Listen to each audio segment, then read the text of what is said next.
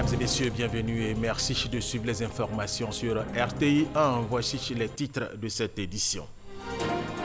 L'ex-secrétaire général des Nations Unies, Kofi Annan, s'est éteint à l'âge de 80 ans ce samedi à Berne en Suisse. Il était le 7e secrétaire général des Nations Unies. Il a occupé cette fonction de 1997 à 2006.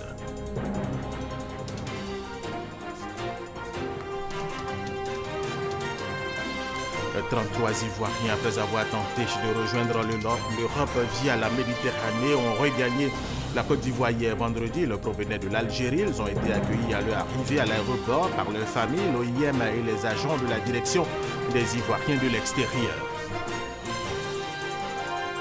Le district autonome d'Abidjan, en collaboration avec le ministère des Ressources animales et halieutiques, a lancé hier vendredi la traditionnelle foire de la Tabaski au parc à bétail de l'abattoir de Portbou. Objectif, rendre le prix du mouton le plus accessible possible à tous les fidèles musulmans. Et commençons par cette information. L'ex-secrétaire général des Nations Unies, Kofi Annan, s'est éteint ce samedi à l'âge de 80 ans à Berne en Suisse. Il était le 7e secrétaire général des Nations Unies. Il a occupé cette fonction de 1997 à 2006. Le 10 décembre 2001, il reçoit le prix Nobel de la paix Olivier Irié à Boussanogo.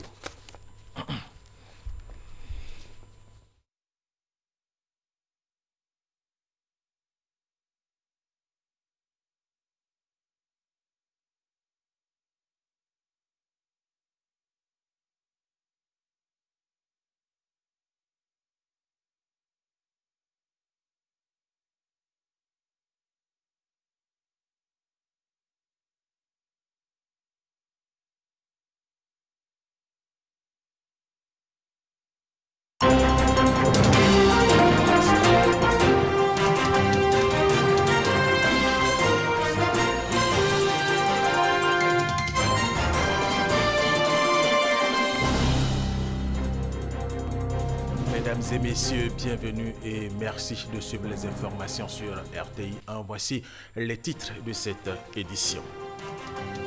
L'ex-secrétaire général des Nations Unies, Kofi Annan, s'est éteint à l'âge de 80 ans ce samedi à Berne en Suisse. Il était le 7e secrétaire général des Nations Unies. Il a occupé cette fonction de 1997 à 2006.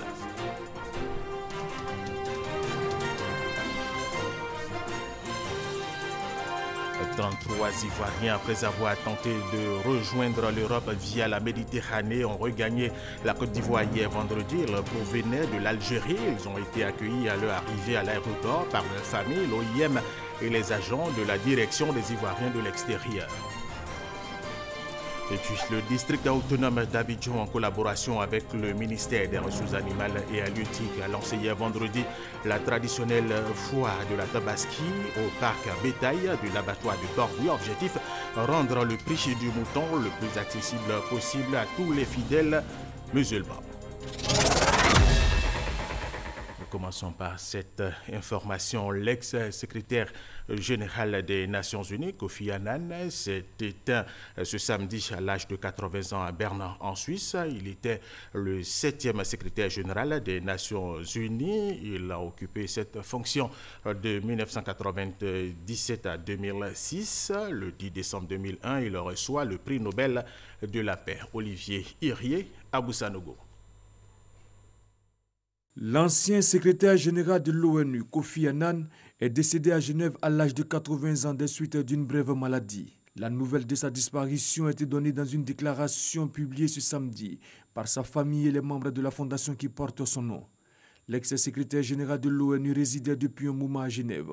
Né à Kumasi, au Ghana, son pays, le 8 avril 1938, Kofi Annan a dirigé l'ONU de 1997 à 2006. Il fait partie des figures les plus talentueuses de l'histoire moderne.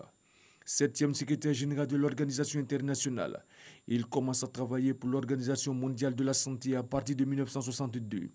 Puis, après plusieurs postes successifs à l'ONU, il devient sous-secrétaire général de Boutros Boutros-Ghali en 1993. Saluant la mémoire du disparu, l'actuel secrétaire général de l'ONU a déploré le décès de celui qui a été désigné prix Nobel de la paix en 2001 par le comité norvégien en hommage à ses actions en faveur de la paix et de la justice dans le monde. Tout au long de ces 2 mandats, Kofi Annan œuvre pour la diplomatie préventive, rédigeant 3 rapports sur cette question en 2001, 2003 et 2006. Kofi Annan, c'est avant tout un style, une signature et ce look inimitable qui a marqué tous ceux qui l'ont connu. Il a été et restera une source d'inspiration pour tous. La disparition de ce diplomate, de cet homme politique, de cet économiste et homme d'État ghanéen est une perte pour l'Afrique et le monde entier. Le Ghana, son pays d'origine, a décrété une semaine de deuil national. Ce télégramme de la présidence de la République au président malien après sa réélection, à son Excellence M. Ibrahima Boubacar Keïta. Monsieur le Président, oui, cher frère, votre brillante réélection à la magistrature suprême de votre pays m'offre l'agréable occasion d'adresser à votre Excellence, au nom du peuple et du gouvernement ivoirien, ainsi qu'en mon nom propre, mes très vives et chaleureuses félicitations. En vous renouvelant sa confiance pour un nouveau mandat, le peuple frère du Mali réaffirme sa volonté de vous voir poursuivre l'immense œuvre de restauration de la paix et de la sécurité, de même que de développement économique et social entrepris au cours de votre précédent mandat. Il me plaît de former en cette heureuse circonstance des vœux choisis et renouvelés de santé et de réussite pour votre Excellence, ainsi que de paix et de prospérité pour le vaillant peuple frère du Mali. Je voudrais vous assurer de mon entière disponibilité à œuvrer de concert avec votre Excellence au raffermissement des liens étroits de fraternité et de coopération fructueuses qui unissent nos deux pays et nos deux peuples. Très haute et fraternelle considération, Alassane Ouattara, président de la République de Côte d'Ivoire. 33 Ivoiriens, après avoir tenté de rejoindre l'Europe via la Méditerranée, ont regagné chez la Côte d'Ivoire hier vendredi. Ces 33 Ivoiriens, dont 7 femmes et un mineur, provenaient de l'Algérie. Ils ont été accueillis à leur arrivée à l'aéroport par leurs familles, l'OIM et les agents de la direction des Ivoiriens de l'extérieur. Olivier Irié, Abou Sanogo. Aéroport international Félix Houphouët-Boigny d'Abidjan-Port-Boué. Il est un peu plus de 23 heures quand ce bus marque l'arrêt pour permettre à ses occupants d'accéder au quai d'arrivée. 33 personnes, dont 7 femmes et un enfant à bord, et qui signent ainsi leur retour au bercail après plusieurs années passées au bord de la Méditerranée. Une action rendue possible grâce aux efforts de l'OIM, l'Organisation internationale des migrants et la Direction générale des Ivoiriens de l'extérieur. Ces personnes ont été accueillies dans la chaleur des siens. S'ils arrivent à la maison, vraiment, ce sera la joie pour nous tous. Quand ça fait 2 ans qu'on ne le voit pas là, vraiment, ça ne nous donne pas le courage. Et j'ai retrouvé mon père ce soir, vraiment ça m'a fait plaisir. Et à chaque fois, je l'appelais pour lui expliquer un peu ce qu'il vivait là-bas. Et ce soir, il est là pour m'accueillir, ça me fait un grand plaisir. Des moments pénibles, ils en ont connu. Ces hommes et ces femmes, dont le rêve a été brisé dans cette mésaventure, croient en leur potentiel. Ils espèrent réintégrer le tissu socio-économique pour contribuer au développement du pays. Il y avait une tante qui était là-bas, qui me faisait rêver, qui me disait que viens, le domaine que tu fais là-bas, là.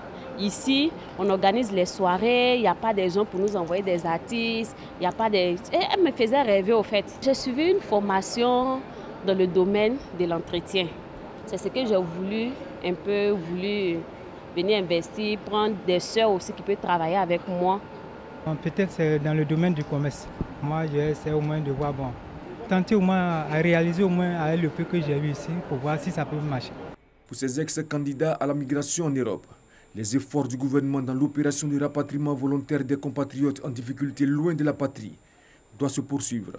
Selon la Direction générale des Ivoiriens de l'extérieur, les 33 nouveaux arrivants portent à 3749 le nombre de personnes qui ont regagné le pays depuis le début de cette opération conjointe de l'OIM et du gouvernement.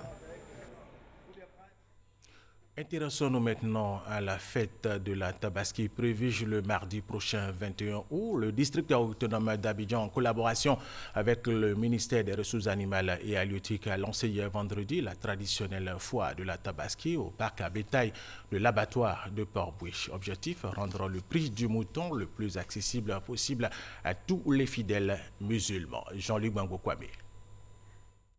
C'est par une visite aux vendeurs de moutons installés au parc à bétail de l'abattoir de Port-Boué que le directeur de cabinet du ministre des Ressources animales et halieutiques et le vice-gouverneur du district d'Abidjan ont ouvert l'édition 2018 de la foire de la Tabaski.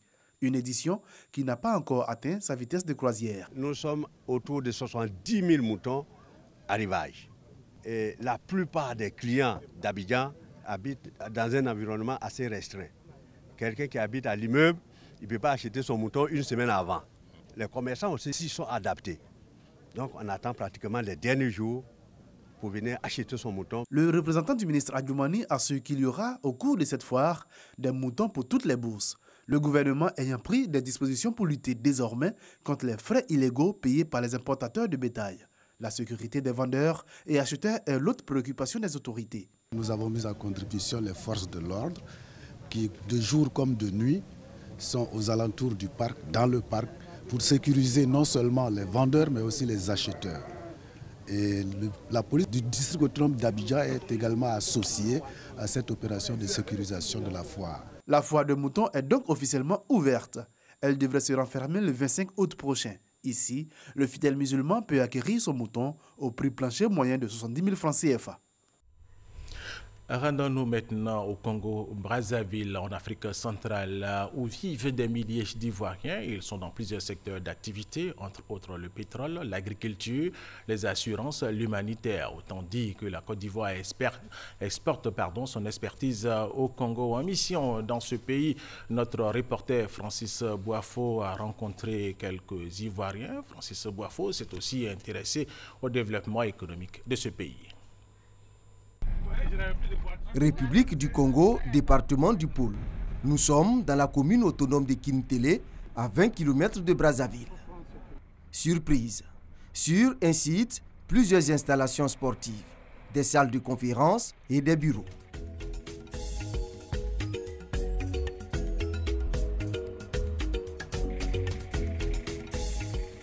Routes et centres d'affaires en construction. Disons que le Congo-Brazzaville est en chantier. Parmi les acteurs de développement de ce pays d'Afrique centrale, l'on retrouve des entreprises ivoiriennes, dont le Bureau national d'études techniques et de développement BNET, situé en plein centre-ville de Brazzaville, quartier La Poste. Cette structure accompagne l'État congolais dans la conception, la supervision et la réalisation de projets.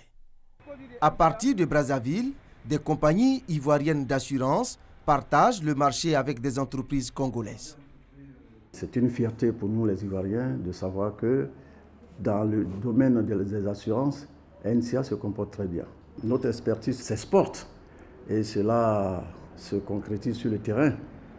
Outre les assurances, la téléphonie mobile. Nous sommes allés à la rencontre de Djibril Ouattara au 4e étage de cet immeuble qui abrite le siège de l'une des plus grandes compagnies de téléphonie mobile au Congo. Djibril occupe le poste de directeur général depuis septembre 2015. Il a servi dans plusieurs structures en Nouvelle-Zélande, en Côte d'Ivoire et au Togo.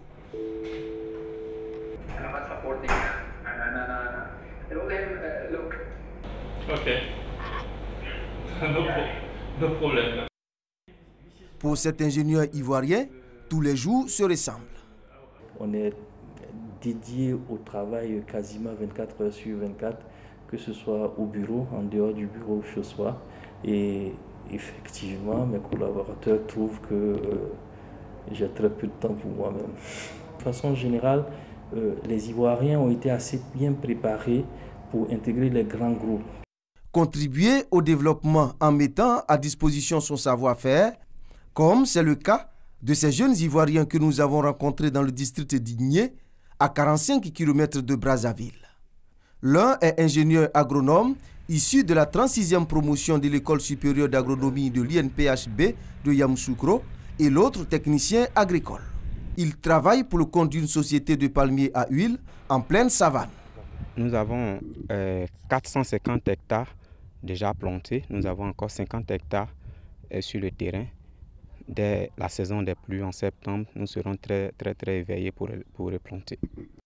En zone de savane, il faut être là régulièrement sur ces plans, depuis la pépinière jusqu'à la plantation, toutes les activités. Nous sommes là aussi pour former la main-d'œuvre locale que nous avions trouvée, les former sur les techniques de culture, comment entretenir les plants, comment faire des récoltes et autres. Les Ivoiriens sont dans plusieurs secteurs d'activité. Ils sont discrets mais efficaces. Ce qui compte pour eux, c'est le travail. Beaucoup exercent dans le secteur informel, la plupart des jeunes, mais nous avons des cadres de haut niveau. Le directeur général de la raffinerie du Congo à Pointe-Noire, qui est un Ivoirien.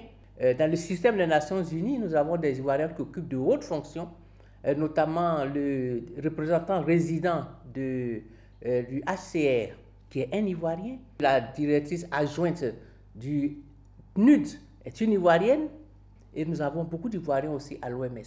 La Côte d'Ivoire et le Congo-Brazzaville entretiennent de bonnes relations de coopération dans divers domaines. Depuis 1975, il n'y a pas de visa entre les deux pays. Francis Boifo, depuis 2 ans, un programme de partenaires pour l'innovation a été mis en œuvre entre la Fédération canadienne des municipalités et plusieurs pays de la sous-région. Après le Mali et le Burkina Faso, c'est la Côte d'Ivoire, partie prenante de ce programme, qui organise des rencontres pour sceller ce partenariat de renforcement des capacités des élus locaux. Franck Kouadio. Les villes et communes de Côte d'Ivoire à l'école canadienne en matière de renforcement des capacités des élus et gouverneurs locaux. Une rencontre pour réfléchir sur la mise en œuvre du programme des partenaires municipaux pour l'innovation, un programme financé par le gouvernement canadien visant à donner les rudiments du modèle canadien aux élus ivoiriens. Un programme de renforcement de capacités, mais également de leadership de nos collectivités territoriales à porter véritablement la promotion du développement économique local sur leurs territoires respectifs. Le modèle canadien donc, est beaucoup basé sur les bonnes pratiques, donc l'enseignement des bonnes pratiques en matière de développement local, ce que nous appelons dans notre jargon la résilience. Apprendre à toutes les collectivités de pouvoir développer leur propre résilience, de pouvoir faire face donc, avec les moyens de bord. Je pense que c'est ce que nous sommes en train d'apprendre. Un modèle adapté au contexte ivoirien donc, et justement, cette rencontre vise à s'assurer du suivi de la mise en œuvre de ce programme et de faire des recommandations. On n'a pas le même mode d'organisation, ça c'est le premier obstacle. Nous on a hérité de l'organisation francophone très centralisée, c'est-à-dire que les budgets nous viennent de l'État, tout nous vient de l'État, alors que là, il s'agit de créer la richesse à partir du plan local. Donc ce qui nécessite une nouvelle vision véritablement de l'organisation municipale. Le Mali, le Burkina Faso et la Côte d'Ivoire, mais aussi des pays d'Asie et d'Amérique latine ont adopté ce programme dont l'objectif à terme est de mettre en œuvre des projets de croissance économique durable et équitable. Les villes de Korogo, Ferkessédougou et Karankoro comme observateurs bénéficient du projet pilote en cours actuellement. L'appui du Canada à la Côte d'Ivoire, c'est aussi dans le domaine de la santé. Plusieurs centres de santé ont bénéficié du programme de planification familiale financé par le gouvernement canadien. La ministre canadienne du Développement international est en Côte d'Ivoire. Elle s'est rendue à la maternité de Williamsville dans la commune d'Agamé pour voir les résultats de ces programmes. Plus de détails avec Chris Diomandé et Serge Colliard. 1 milliard de francs CFA investis par le Canada en Côte d'Ivoire en 6 années. Les secteurs concernés sont l'éducation, la planification familiale et la nutrition. La maternité de Williamsville a bénéficié de cet appui. C'est pourquoi la ministre canadienne du Développement en visite en Côte d'Ivoire s'est rendue pour constater d'elle-même les efforts déployés dans ce centre de santé infantile. La politique de développement international du Canada, on dit que c'est une politique féministe parce qu'on met beaucoup d'accent sur le renforcement du pouvoir des femmes. On croit qu'on doit donner aux filles la possibilité de développer leur plein potentiel et ça commence évidemment par des bébés en santé. Il faut vraiment faire en sorte d'avoir le moins possible de mortalité infantile. Cette contribution du Canada dans la lutte contre la mortalité infantile en Côte d'Ivoire a donné des résultats probants. Ce programme vise à passer de l'administration de la vitamine A de la campagne à la routine. Autrement dit, nous allons identifier des plateformes pour pouvoir administrer la vitamine A aux enfants quand ils en auront besoin. Avec mes collaborateurs, personnellement, je suis édifiée, heureuse de l'avoir reçu et d'avoir reçu son soutien aussi dans la supplémentation de la vitamine A et de ce contrôle, de ce rendez-vous qu'elle a donné aux dames de la population qui sont venues bénéficier des services de la structure. En Côte d'Ivoire, selon les chiffres officiels, le taux de mortalité est en nette régression. Il est passé de 108 pour 1000 naissances en 2012 à 96 pour 1000 naissances en 2016. Et toujours en santé, la semaine mondiale de l'allaitement maternel couplé au démarrage en routine de la supplémentation en vitamine A et du déparasitage des enfants de moins de 5 ans vient d'être lancée par le ministère de la Santé et de l'Hygiène publique. Le thème de cette 26e édition est l'allaitement, base de la vie. Astou Touré. L'allaitement maternel exclusif du nourrisson de 0 à 6 mois lui procurerait une très bonne santé selon les spécialistes de la nutrition infantile. Mais cette pratique n'est pas toujours respectée. Je donnais exclusivement le sein. Jusqu'à 4 mois, ma maman m'a forcé à donner de l'eau à l'enfant. À la faveur de la 26e édition de la Journée mondiale de l'allaitement maternel, à Grand-Bassam, les femmes ont été sensibilisées aux bienfaits de cette pratique pour la mère et l'enfant. C'est important pour l'enfant, c'est bon pour sa santé, c'est pas coûteux et puis ça permet à l'enfant de bien grandir, d'être en bonne santé. En Côte d'Ivoire, le taux d'allaitement est estimé à 23,6%. Un taux largement supérieur à celui de 2012 qui était de 12%. Mais ces chiffres restent en deçà de l'objectif du plan national multisectoriel de nutrition qui vise l'atteinte d'au moins 50% d'ici 2020. L'allaitement prévient la faim et la malnutrition sous toutes ses formes et assure la sécurité alimentaire pour les nourrissons, même en temps de crise.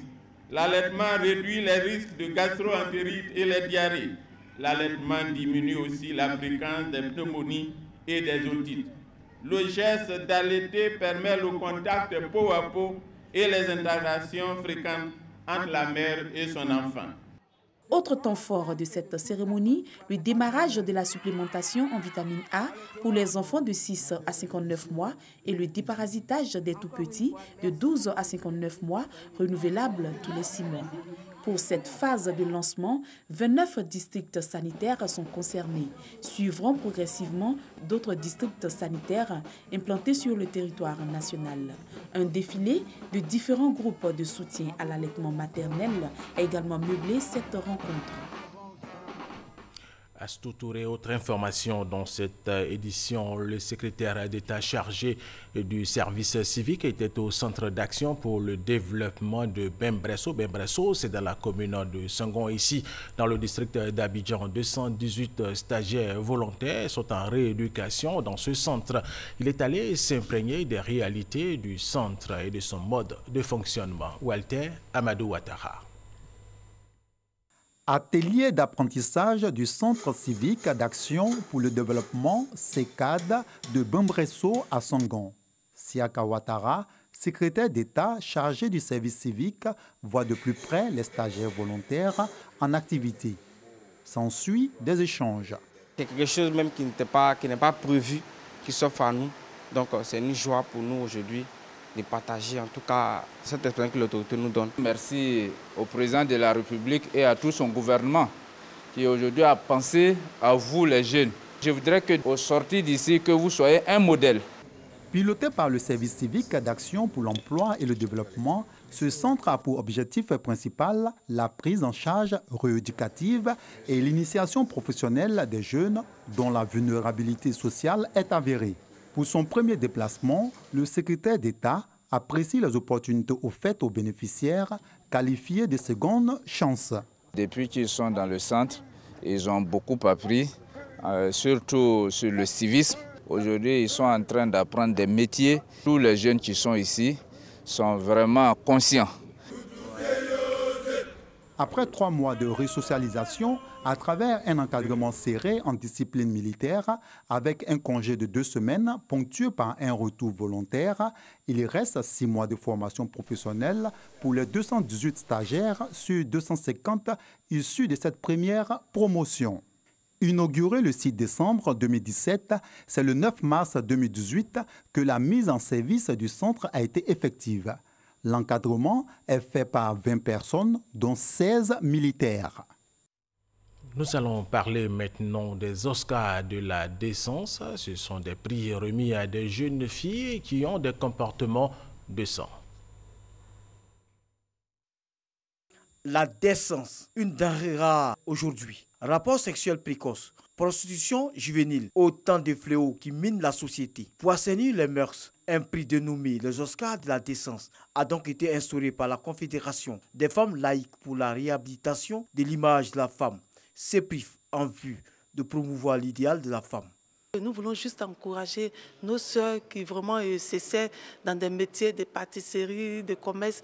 Ce n'est pas parce qu'on n'a pas les moyens qu'on n'est pas décent. Bien au contraire, notre situation souvent sociale nous amène à vivre décemment. Donc j'encourage toutes ces jeunes filles-là qui sont dans le secteur informel à vraiment respecter, à honorer leur corps. Pour la 2e édition, ce sont 28 jeunes filles qui ont été récompensées pour leur conduite exemplaire. Plusieurs personnalités ont été également distinguées pour leur rigueur et efficacité dans le travail. Le Grand Prix des Oscars de la décence 2018 a été décerné à Djouba Agnès du lycée Jeune Fille de Bouaké. Je suis très émue par la cérémonie et ce que je peux lancer comme enseignement, surtout à mes sœurs, de leur dire de laisser tout ce qui est comme distraction, de se concentrer sur leurs études et tout le reste viendra après. Conseiller chargé de la promotion de la jeunesse à la primature, Touré Suleiman, en sa qualité de parrain de la cérémonie, a salué cette initiative de la CEPRIF.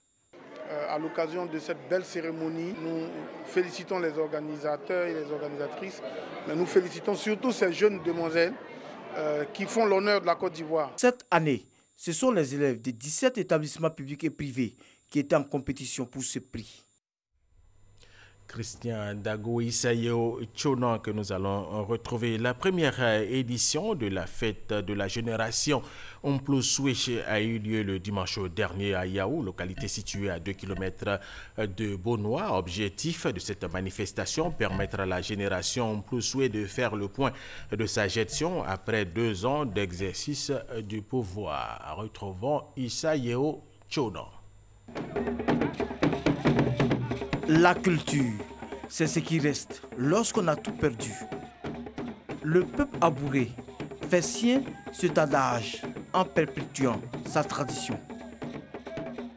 À Yao, localité située à environ 2 km de Beaunois, le peuple abouré sacrifie à la tradition, celle de magnifier la génération Omplo-Switch au pouvoir depuis 2 ans. Elle marque alors une halte pour faire le point de sa gestion. Il faut qu'on se rapproche de nous-mêmes. Parce que beaucoup de nos frères, beaucoup de nos amis sont très loin, on est éparpillés. Mais il faut ce genre d'occasion-là, pour que tout le monde se retrouve. C'est vraiment un moment de retrouvailles. Et ça permet à des gens qui ont quitté le village pendant longtemps, qui ne viennent même pas, de venir au village. Et permettre à tout le monde de participer au développement du village.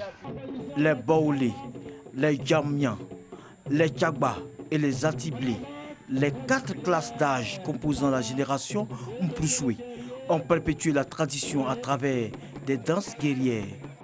Occasion également pour les autorités de montrer leur parfaite maîtrise de la culture.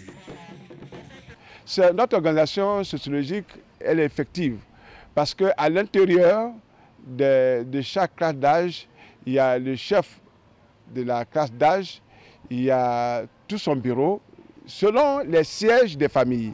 Dans notre société, vous ne pouvez pas naître dans un village et puis ne pas appartenir à une génération ou à une catégorie. C'est automatique, dès que vous êtes né, vous êtes classé. Les générations Omplo-Switch et Bénini qui célèbrent aujourd'hui Ioufoué nous donnent l'exemple de ce que la culture, notre culture peut apporter comme richesse, car il faut le dire aujourd'hui, c'est la meilleure contribution que nous pouvons offrir au rendez-vous du donner et du recevoir en attendant notre industrialisation, en attendant notre développement. Le pouvoir d'une génération chez le peuple abouré dure au moins 25 ans. La génération Mpoursoué a donc initié cette fête prévue tous les 2 ans pour rendre compte de sa gestion du pouvoir à la population. Le Festival des Arts et de la Culture des Agniches à Langwa de Binao, c'est dans le département de Tiessalé, lui est à sa 2e édition, une édition qui vient d'être célébrée. Les initiateurs veulent perpétuer les valeurs ancestrales de ce peuple, nous dit Godefroy Okambawa. Des pas de danse au rythme du tambour et du tam-tam parleur, comme pour invoquer la bénédiction des ancêtres.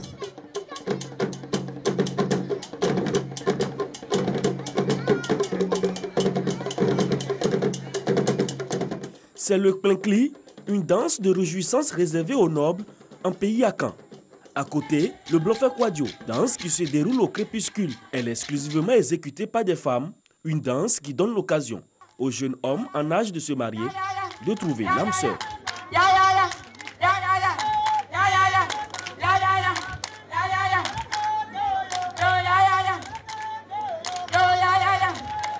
Nous sommes dans la sous-préfecture de Binao, département de Tiassalé, une localité composée essentiellement du peuple Agni, un peuple qui n'entend pas mettre aux oubliettes ses valeurs et coutumes ancestrales. Durant 3 jours, les populations ont vibré au rythme du festival des arts et cultures des Agni à Langwa à travers le Nzounien Festival. Le mot Nzounien est un terme Agni qui veut dire signe, symbole. C'est un terme qui renvoie également à un fait, un événement marquant. Un Nzounien, c'est pour fédérer toutes les forces, appeler toutes les forces vives de la population à adhérer, à s'impliquer davantage dans le développement du village. Le Nzounien Festival, une initiative de la Mutuelle pour le développement économique et social de Binao, la MUDESBI. Elle vise non seulement le développement de la sous-préfecture de Binao, mais également promouvoir le riche patrimoine culturel des Agni à Langwa. Nous avons constaté que depuis quelque temps, nos enfants, tout comme nous-mêmes, nous parlons de moins en moins l'Agni. Donc on s'est retrouvé au niveau du bureau et on a voulu entreprendre cette activité pour que désormais nous fassions appel à nos us et coutumes. Incessamment, nous allons rencontrer les jeunes et les femmes pour leur demander de nous faire des propositions pour que nous financions certains projets. Le théâtre, le conte et la cuisine sont autant d'activités qui ont meublé cette rencontre culturelle. Après la première édition en 2013, le Nzounien Festival est à sa 2e édition. Rendez-vous est donc pris pour 2020 pour la 3e édition. Godefroy Okambawa, et c'est la fin de cette édition supervisée par Eva Michel Mambo. Merci aux techniciens, merci à vous de l'avoir suivi et restez avec nous sur RTI.